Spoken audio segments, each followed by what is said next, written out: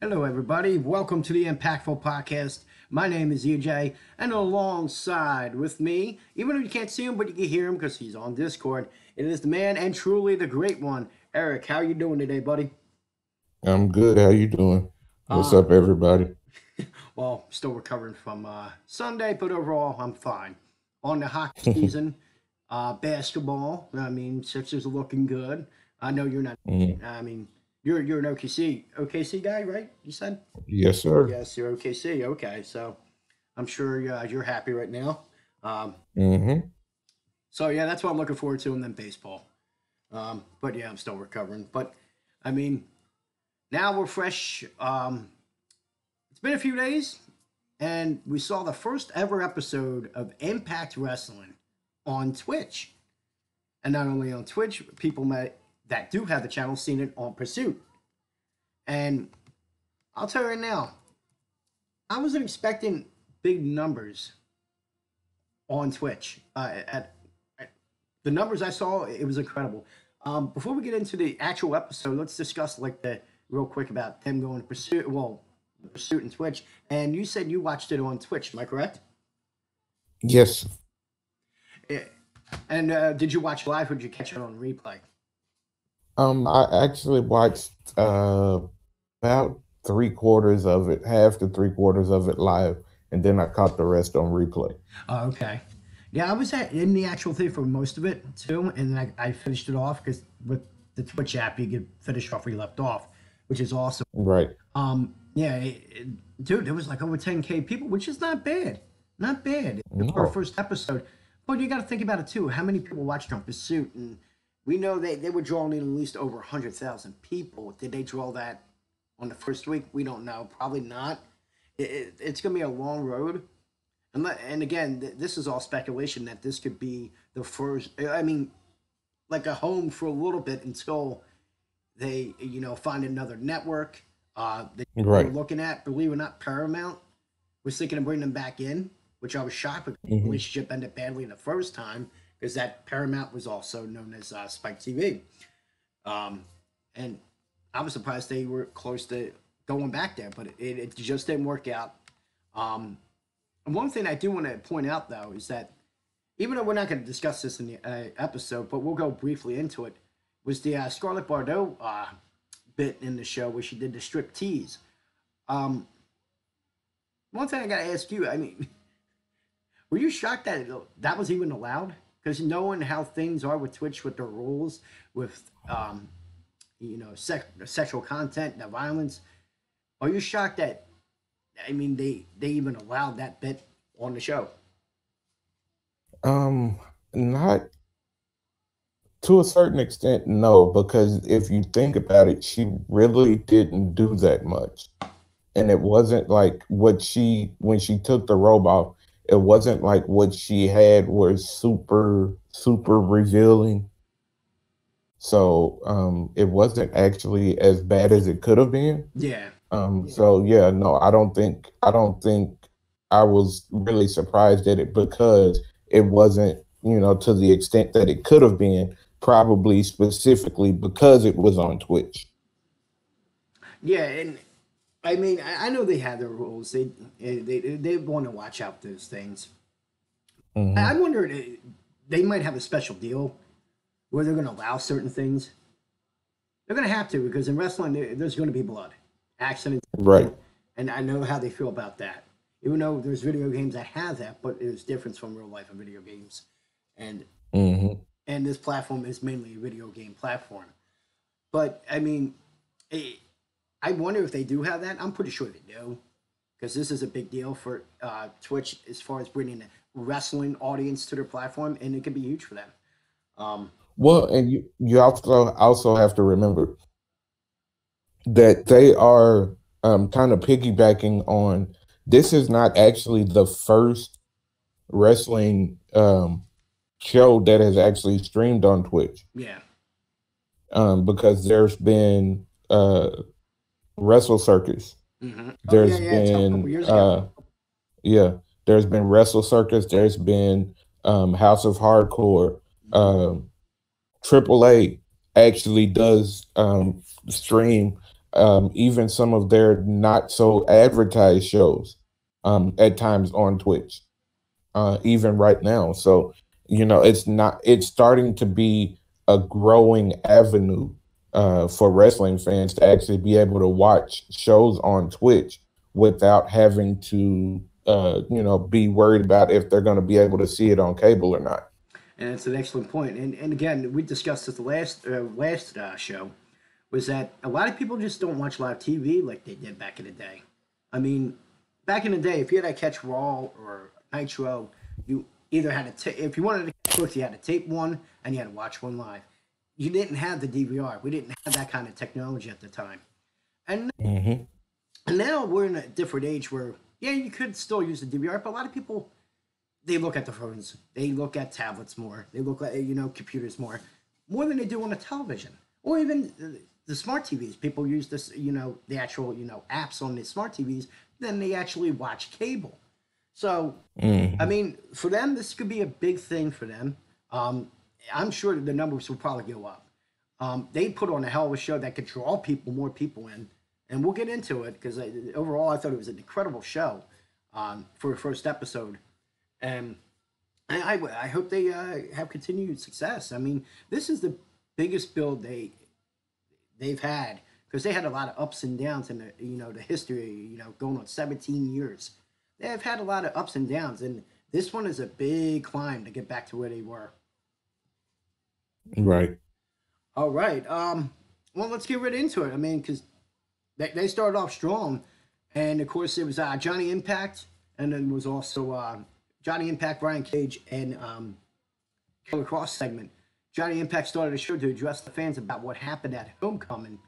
He said Impact said the world title is important, but his wife is more important.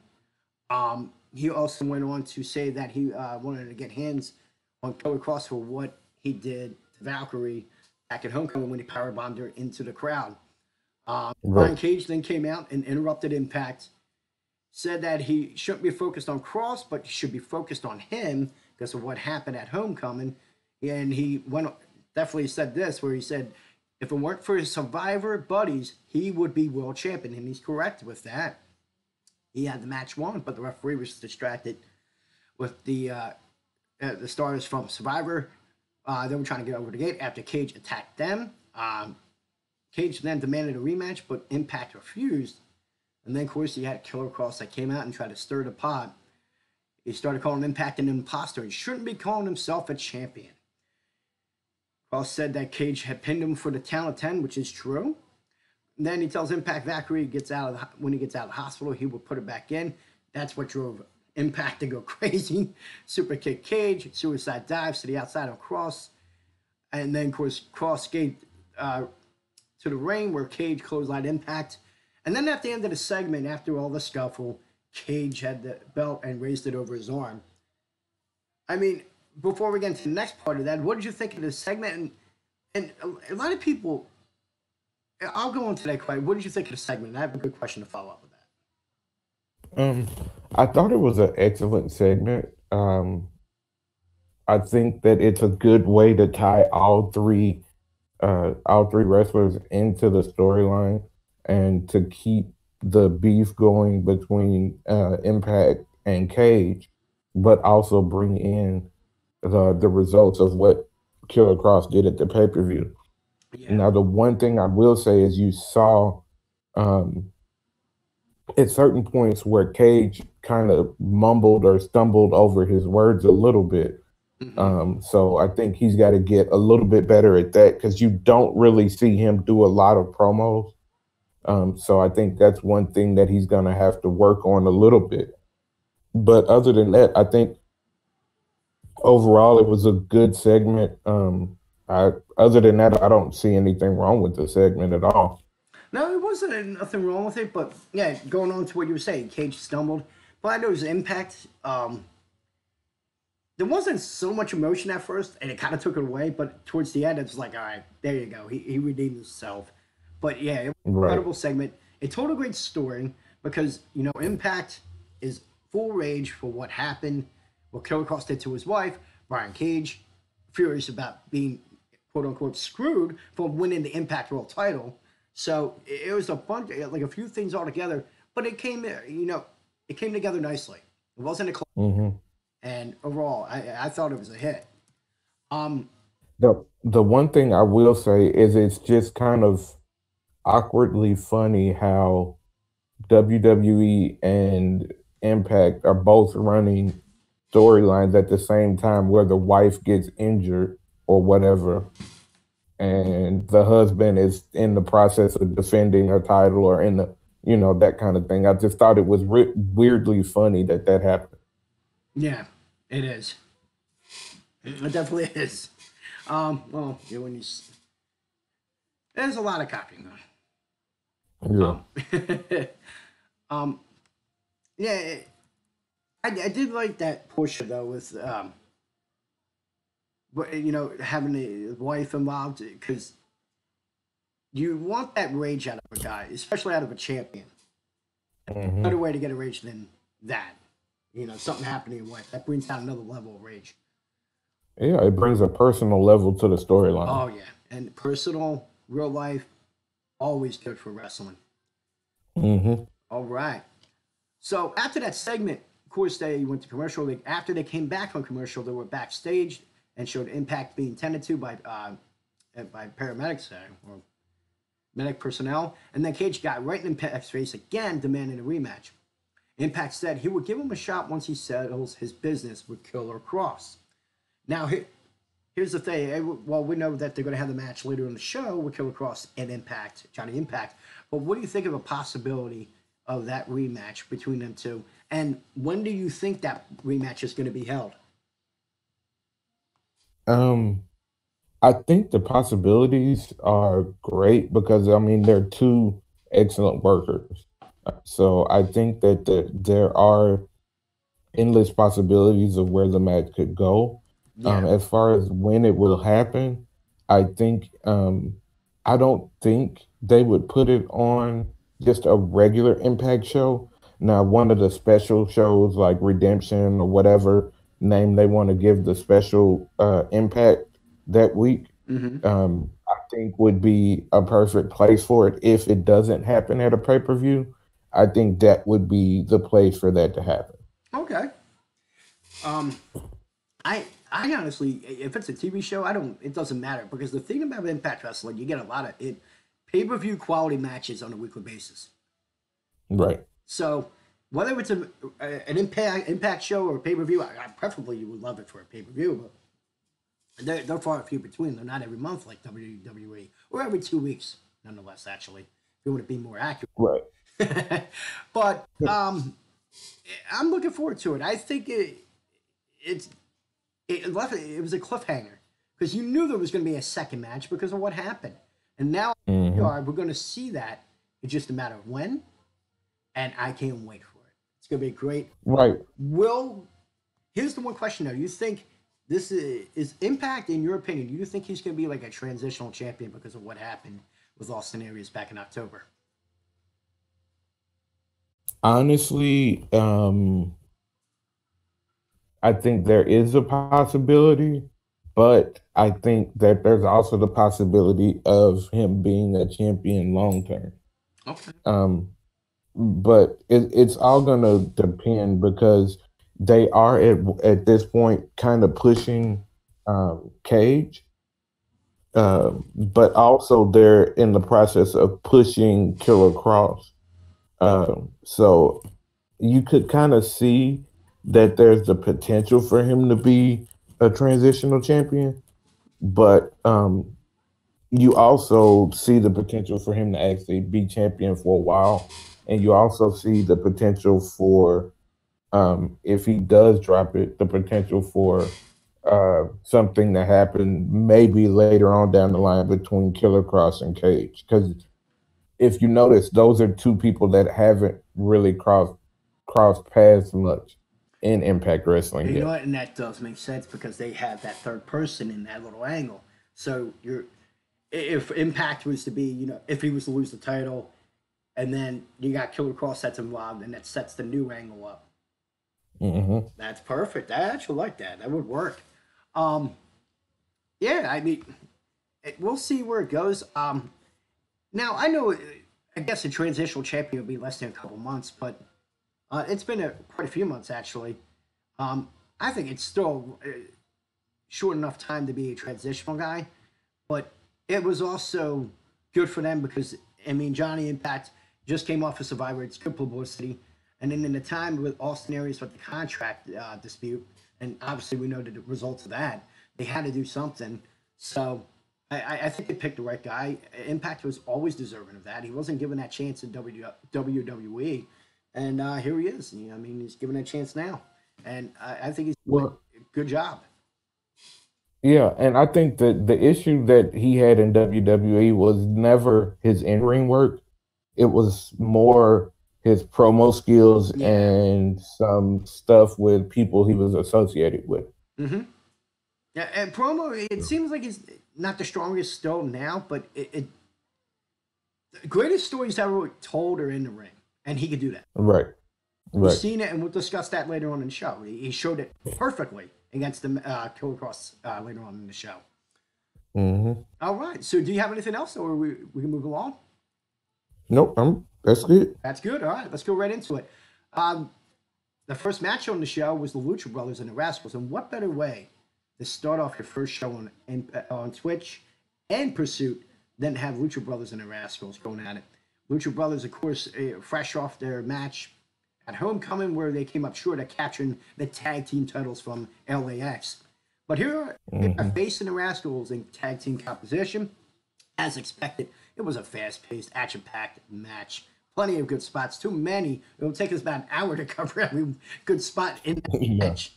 But at the end, Phoenix and Penta worked together to connect with a Fear Factor power driver super kick and cutter move for the 1, 2, 3. And my first question for you is, what did you think of that match? I think it was an excellent showcase of both tag teams. It allowed, um, because of the style that the Rascals wrestle, it actually works and pairs really, really well with the Lucha Brothers. Yeah, they do. Along with, just like what happened with LAX at the pay-per-view. It was just two great tag teams that have really good chemistry, putting on an excellent match. Mm-hmm. They definitely they did do that, and I mean the tag team division. It's not there's some depth to it. I wish there was more in depth, but I mean they still do value the tag team tradition, and we discussed this yesterday on the Go Home Wrestling show. That if you see that WWE is starting to put more attention to their tag team division, but at least with Impact, you got storylines. The LAX versus the OGs. I mean, look at that storyline last year. At the end Hmm. of last year, there was a lot of story, and it was long term, and it kept going. It didn't go stale. Perfect writing, attention to detail. That's what I love about Impact. They attention to detail, and even though this is just a match, it was still a great match, and it just shows the importance of the tag team division.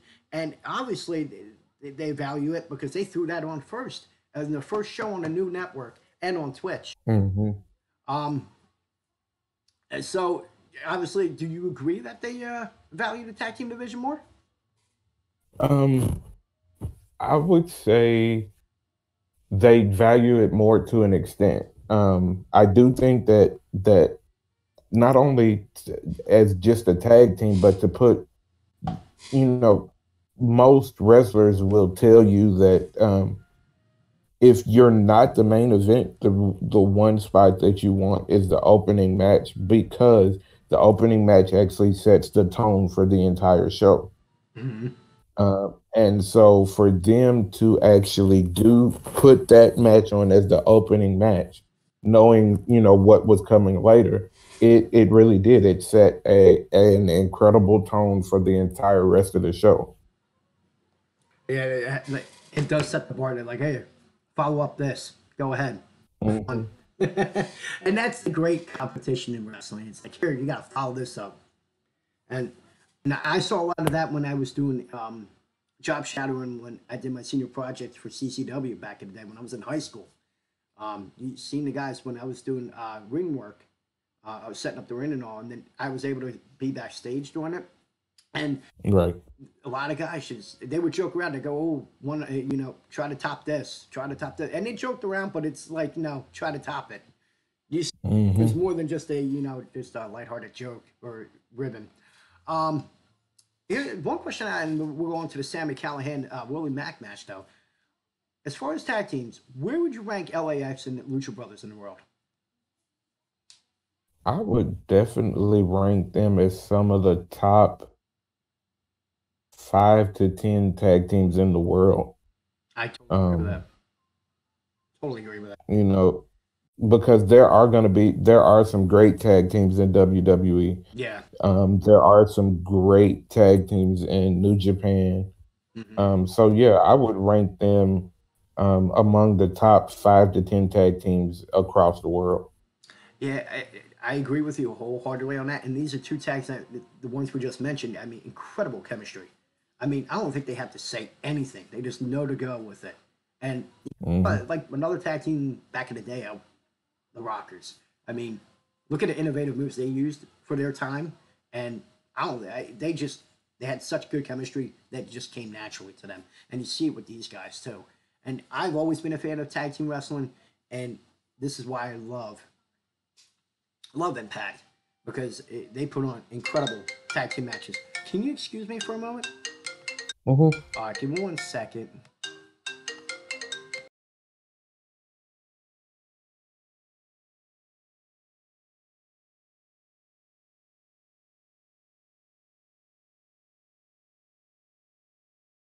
But yeah, I do actually think that it was an excellent match.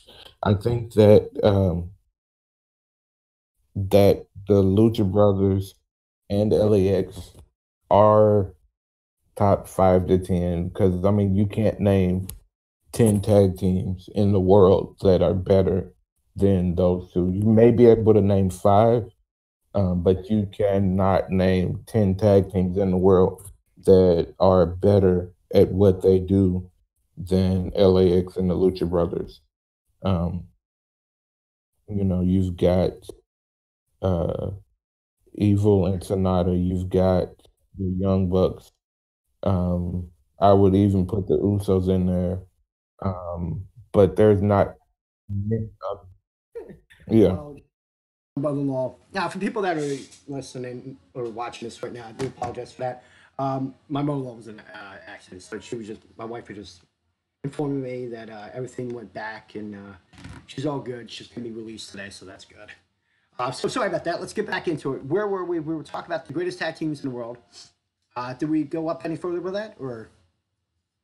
Yeah, well, that's what I was saying while you were taking a phone call. I was like, I mean, if you look at it, there's teams like the Young Bucks, the Usos. You look at New Japan and look at like Evil and Sonata. Look at the teams within other teams within New Japan, in Chaos and Lij and other teams, and it's just there's not really 10 tag teams that you can name that are going to be better than the LAX and the Lucha Brothers. LXDZN in chat. Of course, we're live on Twitch, YouTube, and Mixer. So if you're listening to this on a podcast, Go Home Wrestling Show. That's what you would search for now. We're going to be switching the name, of course, in the future. But you can watch us live on Tuesdays when we broadcast this. He said in chat, you got to think Mustache Mountain, also one of the top tag teams in the world. Oh, definitely. I mean, Definitely. of course, yeah. Mustache Mountain is one of the top tag teams. That's why I said you'd be hard pressed. There are a lot of great teams out there. I'm just saying you'd be hard pressed to name 10 tag teams that are better than the Lucha Brothers or LAX. Yeah, it would be hard. It would definitely. I would like to do that sometime, but that would be incredibly hard to do, in my opinion. Yeah. All right.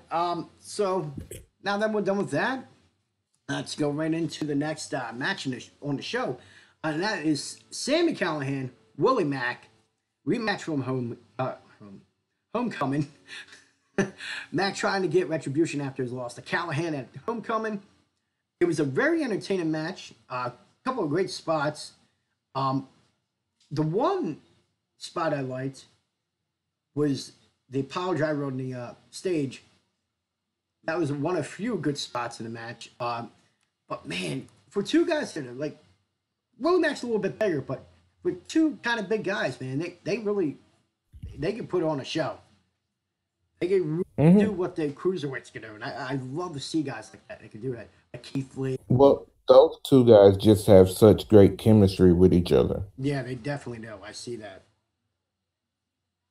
And overall, I mean, of course, Willie Mack does get the win.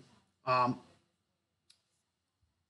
Here's my question to you: what did you think of the match? And did you think that match surpassed their match as far as quality in every way at Homecoming? Do you feel it was a lot better? Um, I think it was an excellent match. I wouldn't say that it surpassed their match at Homecoming because they just put on such a great match at Homecoming. Yeah, I would say that it was pretty much on par. For especially for the shortened amount of time I think that they had. hmm But yeah, I think it was an excellent match. Not like I say, not really too much that you could say that was wrong with the match at all. no, there was nothing, no bad spot, no botches or nothing. Hmm. And it's a clear story that Willie Mack wanted retribution. He I mean, he wanted the victory, and that was it. Was all about retribution, and he got that. And it was a great match. To me, no, I agree with you. It didn't surpass the match at Homecoming, but I still asked the question because I was curious of whether how you felt about it. Right. Television, I mean, regardless, you got commercial breaks, and it always takes away from the match. When you got to go to commercial in the middle of it, when you come back, you don't know, how they got there. It kind of takes away from the flow, and I'm sure it does even though it's pre-taped. It but still, they probably take a good portion of that chunk. They edit some of it out to make it look that way. Um, Hmm. Overall, I mean, it was still a good match, but yeah, I agree with you. It did not surpass the pay per view. But before the match, Sammy Callahan interrupted Rich Swann, the new X Division champion, and he had an OVE shirt asking him to come home. What do you think of the possibility of an X Division program between Callahan and Swan? I think that it has the possibility to be an excellent program because I do think that what is going to happen is that Swan will eventually have to choose a side, and I think he will eventually choose Willie Mack. Mm-hmm. Um, and I think it will lead to a program between the two. Mm-hmm. And I think that it's going to be great because you're going to have the brawling style of Callahan versus the aerial style of Rich Swan, and you'll get to see the contrast and how they can work together. Yeah, definitely will. And yeah, you can always have two different styles, but I mean, it could still work out. And Rich Swann, Hmm. man, so deserving of this title, so deserving. Given the time he had in the other company, um, came. Well, and it's just really good to see him bounce back from, you know, the the not just the time he had in the other company, because at one point he was getting a major push in the cruiserweight division, but to see him bounce back from the issues as to why he left the other company Mhm. to where he is now, it's great to see. Yeah, it definitely is, and he's really deserving of this. And I can't wait to see what kind of reign this is. I mean, is he going to be a long-term champion? Who's going to get in his path along the way as he keeps defending it? But obviously, they planted that little seed that it's possibly going to be Sammy Callahan. That's going to be the first guy he's working with, and I'm happy with that. Two different styles, Mm, it could work. And exactly. the thing with that, Sammy Callahan, is that he could take people and take them out of their, the comfort zone. and put it into Hmm. the brawling zone. And you would see a different style of a match that you wouldn't expect at Rich Swann. So I'm really looking forward to that too. Um, do you have anything to add before we go on to the next thing? Nope. All right, let's go right into the next thing. Tessa Blanchard in a pretty much a squash match with Callie Collins. This is her first match, of course, and she lost the Knockouts title to Taya Valkyrie at Homecoming. This was, of course, because of Gail Kim attacking her back and putting Blanchard in Eat Defeat, allowing Taya to get the win. Of course, Tessa started the match by immediately attacking Collins, and after an offensive assault on Collins, Tessa took a page from Gail Kim's book and nailed Collins with the Eat Defeat for the win. Hmm. All right, now let's get into this. What did you think of the message that was sent in that match? I think this match was an excellent way to build towards, even if it's a one off, to Mm-hmm. build towards a feud between Tessa and Gail Kim. Like I said before, there's only two women in Impact right now that I could see Gail Kim coming out of retirement for. Um, and Tessa is actually one of them. Mm-hmm. And I would say Tessa more than even Taya. Uh, Mm-hmm. so yeah, I think this was the perfect way to set up and to continue the ongoing story between the two. Because if you have, if, I mean, the perfect scenario would be Tessa versus Gail at a pay per view, Mm-hmm. with Gail putting Tessa over as sort of a passing of the torch. Yep, that's what I was going to go with it exactly. Because I mean, even though yeah, she'll be coming out of retirement to do it, but like the Abyss said, when you're on the top of the mountain, reach your arm down, pull the next one up, and it's a Hmm. great rub for Tessa. They get over on well, Hall of Famer like Gail Kim will be Hall of Famer. Um, Gail Kim, she had a historic career. I think Tessa could probably match that in the time. She is very special, of course. Yeah, I mean, look at the history in her family. Magnum TA, Right. stepfather, her father, Holly Blanchard. I mean, and I think she's a third generation. So I mean, there's a lot of lineage there. And the thing with that, like you were wondering, like, oh, who else could she have done that for? There really isn't anyone in as far as this roster that because they're all good women wrestlers, but who's the top one in your opinion? If you narrow it down, like out of everyone, Hogan, even Jordan Grace, even which she's still fresh, but with all the women on the roster, who better than Blanchard? I mean, who's better than her? Right. Well, that's what I was saying. Right now, um, with as good as the women's division is in Impact, Mm-hmm. there isn't really anybody else except for the top two, in my opinion, are still going to be Taya, of course, being the women's champion, but Yeah. as far as her in ring work as well, and Tessa Blanchard. So, of course, she helped Taya in the match, so you're not going to have her feud with that. And the seed had already been planted for the Tessa feud anyway. Yep. Yep. So it's the perfect continuation of that, to move that feud forward, to have Tessa do the eat defeat at the end of that match. Yep. Okay, I understand now. I was just saying, like, as far as if there was anyone that they were going to do something, and like they're doing right now, Yeah. there wouldn't be anyone else but her. Um, Yep, exactly.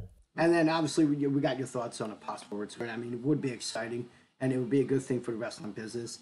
Anyone that's a Hall of Famer, anyone that's a veteran, anyone that's on their way out, you want to do good for the business, and this is something for her, for a company that's been good to her. She wants to give back, and there's nothing wrong with that. I always like to see veterans that do that. Right. All right. Of course, right after that match, you had Eddie Edwards in an interview. He talked about how excited he was that he finally ended things with Moose. Even though Moose almost took him over the edge, of course, we know the storyline where he was pretty much 302'd, but he prevailed and that he Kenny the Kendo, I love the name, can move on. Then Eli Drake then popped in and asked if he, even though Eddie beat Tommy Dreamer and Eli Drake beat Abyss, did he really want to pick up the flag and continue the hardcore legacy? Now, my question to you. We obviously know what they're trying to do there. What are your thoughts on a possible program of Eli and Eddie? I think a possible program between Eli and Eddie at this point would be nothing but money. Okay. Um, because Eddie has proven time and time again that he is a top talent.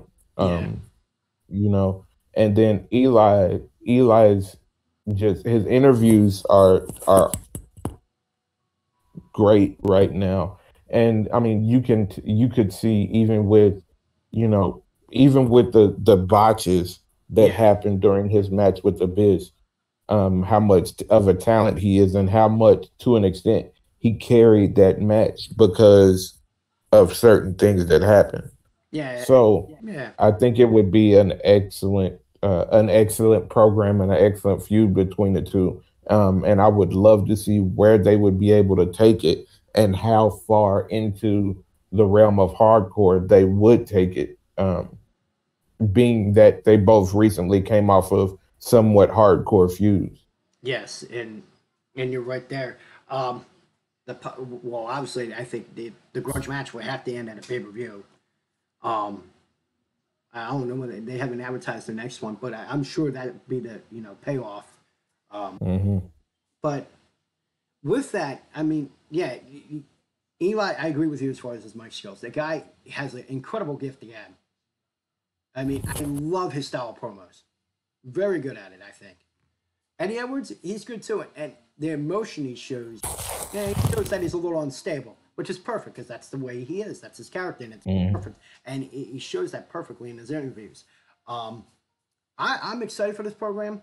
I've always been I'm a fan of classic matches too, but I'm always a sucker for hardcore matches. Given the fact that I grew up in the Philadelphia area, I watched ECW as a kid, so I grew up in the hardcore atmosphere. This Hmm. will be right down where it will bring back good memories. And of course, these guys are obviously fans of that.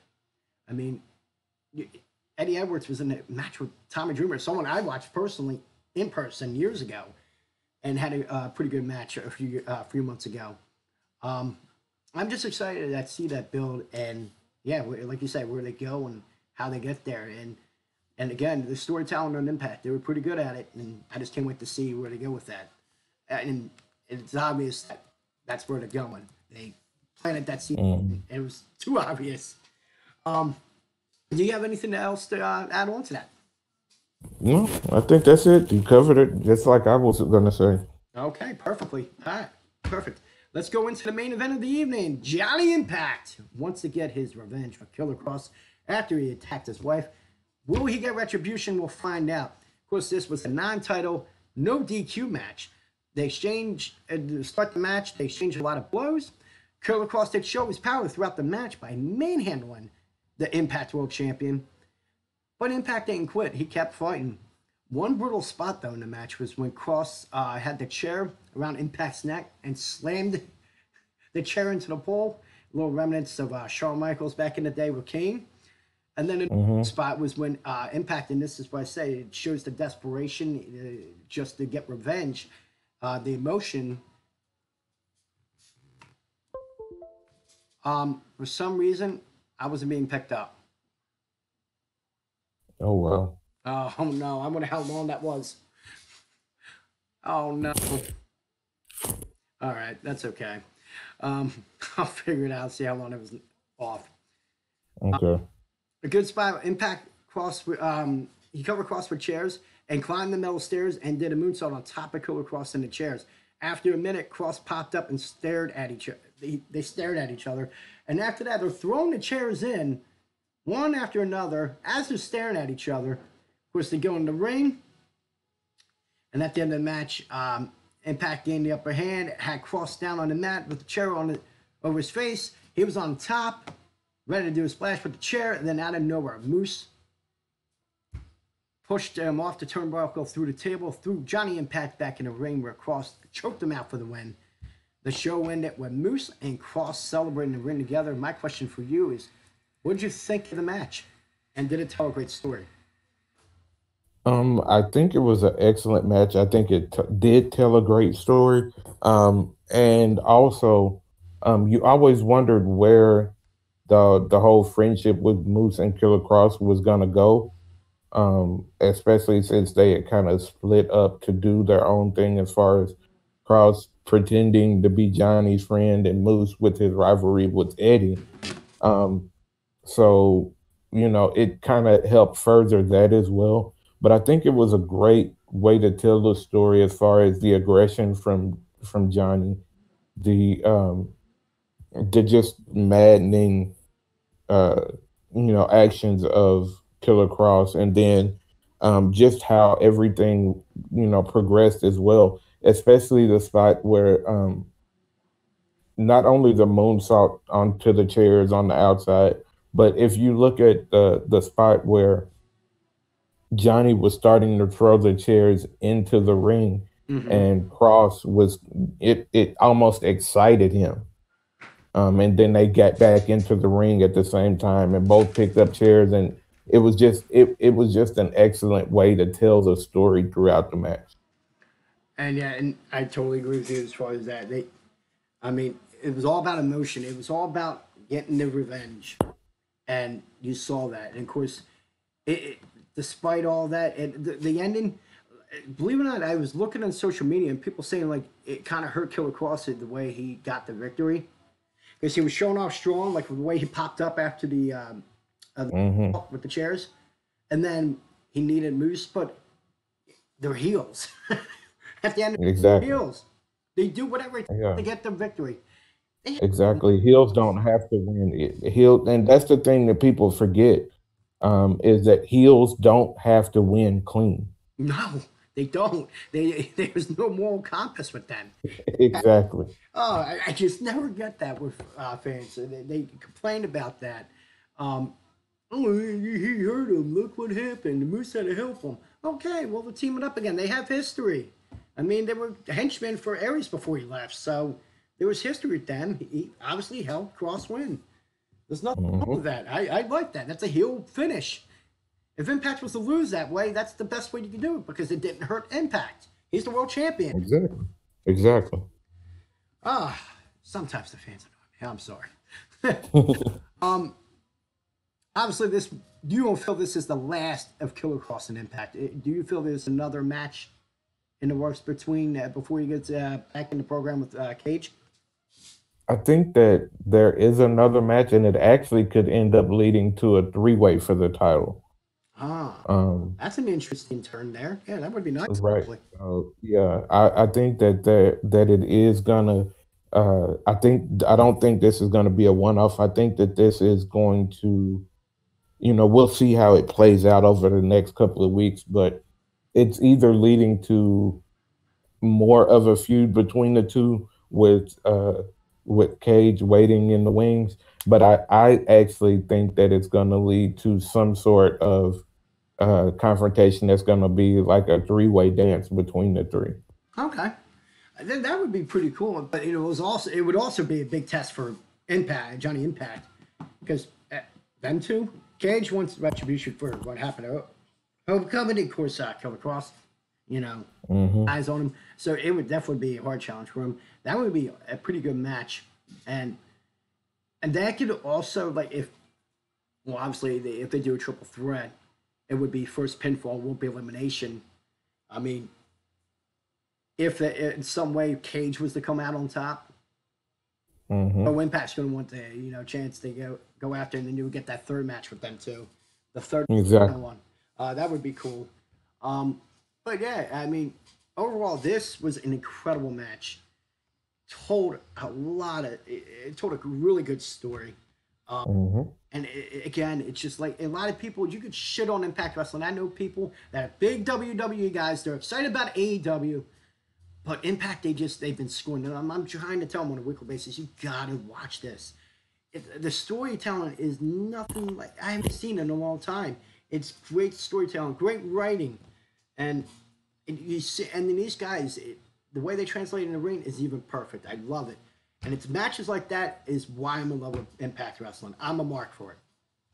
Exactly. All right. Do you have anything else to add? And before we go on to the next thing? Well, just to piggyback on what you said, people tend to sleep on Impact because of its history. Yeah. But this is a completely different show. I mean, especially a lot of the backstage producers are from the original TNA Mm-hmm. before the whole run of being mediocre at best. So it actually helps with the storytelling and things like that. Because it's people that were there that know how it became prominent in the first place. Mm-hmm. And, and yeah, because you got Petey Williams that's involved. This and yeah, and Sanjay Dutt. Yeah, I mean, it's a lot of guys that like it holds dear to them because this was the company that gave them that really big break. I mean, this was there from since the start. Oh, two.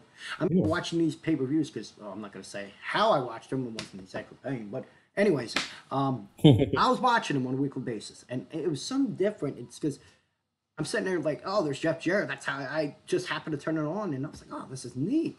This is different. Even though Mhm. WWE wasn't banned in 02, it really wasn't, but it was something else, and I watched it. I was hooked then. And then I tapped out for a while, but I'm glad I'm back into it, and I'm glad we do this because it's a lot of fun to discuss this. I love it. Exactly. Okay. Well, let's go into the conclusion of the show, and then the conclusion of the show is where we rate the show altogether from 1 to 5. How do we feel the show did? And since this is the first one on Impact and Pursuit, how do you rate this show from 1 to 5, Eric? I'm gonna rate this show. I've been teetering, Ooh, but I'm gonna give it a 4.5 wow, that is because great. yeah, because it was really besides the slight stumbling um of Brian Cage's promos at the beginning, it was just a great. I mean, from the action that started with the very first match all the way through, it was a great show. It was very entertaining. That nobody particularly really dropped the ball. Mm-mm. Um, so I think it was and especially for them to be their very first show on Pursuit and Twitch Mm-mm. simulcast, it was just an excellent show to be that first show. It was the perfect way to start that off. Yeah, because you think about iconic shows, the first ones on like any network, like when Impact, you know, got their new deal on Spike. What was the one of the first shows? It was Rhino and Jarrett for the title. Hmm. Think about SmackDown when they went to UPN 20 years ago almost. I can't believe I'm saying that. Um, the main event of that show was The Rock and Triple H for the WWF title. Hmm. You got it. You got to hit them hard at first, and I think they did. And I'm not trying to up you, but this is how much of a fan I was of the show. And this may be the only time. I don't know. But I give it a perfect 5 out of 5. I didn't, despite, like you said, that little stumbling, it wasn't enough for me to take that off. Everything else hit, okay? That promo with Hmm. Cage, it was still good. You got the message that they were trying to send. You saw the backstage segment that followed up on that. And of course, the matches. I mean, you started off with a great match. You ended with a great match that told a great story. Altogether, it was perfect. And it's notes that the WWE should be taking. And you know what? AEW in a way, because I get that they got great wrestling minds that are part of that promotion and they haven't started yet. But still, take some notes. Impact is on a rise. They're gonna be competing with one another to be the second brand. And I know AEW's got a lot of money involved, but it takes more than money, as we've seen in the past for WCW, to be able to Hmm. the product. Okay. All right. Let's go into the final segment of the show that it's kind of like the WWE Power Rankings, but We call it the impactful three of the week. And what we do is the top three competitors on the show that we felt did it, well, they were the top three wrestlers of the week. Here we go. Would you want to give yours first, or you want me to give mine? It doesn't matter. All right, we'll give yours. Okay. I would say number three is going to be the Lucha Brothers, Ooh, just okay. simply for the fact that not only did they open the show with a terrific match, but to follow up what they did with LAX with another incredible match with the Rascals. So I gave them number three. Okay. I gave uh, Tessa Blanchard number two just because of how she, has carried herself and the way she segued into continuing her feud and her beef with Gail Kim. And then I put Killer Cross at number one, just because he has consistently showed that development of his character, including in that match. And like I stated, even though that he was booked and built really strong in that match, and people don't understand, like we stated earlier, that he, as a heel, he did not have to win clean. So I Mm-hmm. think it was actually the perfect ending to the match, so that it didn't make Johnny Impact look weak either. So I did that, and I put, if I did an honorable mention, it would have been Willie Mack. All right. That's a pretty good list. Um, you got your impactful three. Here's my impactful three of the week. Number three, a different spot from you, of course. Tessa Blanchard at number three. Yeah, obviously it was a squash match, but the statement has been made. She got the message out there. She's calling out Gail Kim, but overall, a good rebound after losing the title, of course. So she's at number three. Hmm. Willie Mack, incredible match with Sammy Callahan. Yet again, we both agreed it did not surpass the match at Homecoming, but it was still a very good match. But this time he gets the victory, so he's my number two guy. And I'm with you on number one. It has to be Killer Cross. He showed a lot of power. And again, what we discussed with as far as being a heel, you don't have to get the clean finish. But he showed tremendous power. The spot when he popped up from the chairs, that was incredible. I actually got excited to see that. Hmm. Hey, man, he's number one in my book for this week. And that is my impactful three of the week. All right. Man, not bad for a second show. I mean, of course, for people listening to this, I might have to edit out. I don't know how long. I think I just knocked the mic out for a second because I don't know how you were still hearing me then. So I guess it was just, I don't know if you want a brief period without hearing me. So I'll find that out. Of course, if you want to watch us live, you listen to us later on the podcast. We are live on Periscope, Twitch, YouTube, and Mixer under the name Go Home Wrestling Show. And then for people that are watching right now, thank you for tuning in. But if you can't always catch us on a Tuesday, we do post a podcast later on Tuesdays. And you can listen to us on iTunes, Google Podcasts, Stitcher, Spotify, Overcast, and Anchor FM. Of course, when we're not live, you can follow us on Twitter. I'm at wrestling_go. He's at the great GR8 1999. The great one 1999. Or great one 999. Sorry. And that is the end of the show. We would like to thank you for tuning in. We'll be back next week with a whole new episode. Can't wait to see what to do to follow up the first episode on Twitch and Pursuit. Do you have any parting words for the fans? Just thank you everybody that came out and watched the show or downloaded it on the other platforms, and just continue to show that support, and thank you all. Yes, and yes, we do have to get that message out. Thank you for reminding me. Thank you so much. We actually got a pretty good response on our first podcast. Over 30 downloads on the first one, which, I mean, it's not like, bragged about compared to big podcasts, but that's a big one for a first week. Very important. Exactly. I was very happy to see those numbers. We got over 20 views on YouTube, and quite a few on Twitch in our archives. So thank you for the tremendous response. And again, I mean, we're going to try to put out more quality content for you guys, and we're going to add things to get you guys involved in the future. This is just progressing, just like Impact Wrestling. All right. Ladies and gentlemen, thank you for tuning in. And if you don't catch us next week, catch us on a podcast. Thank you for tuning in, and we'll see you next week on the Impactful Podcast. Later, everyone. Peace.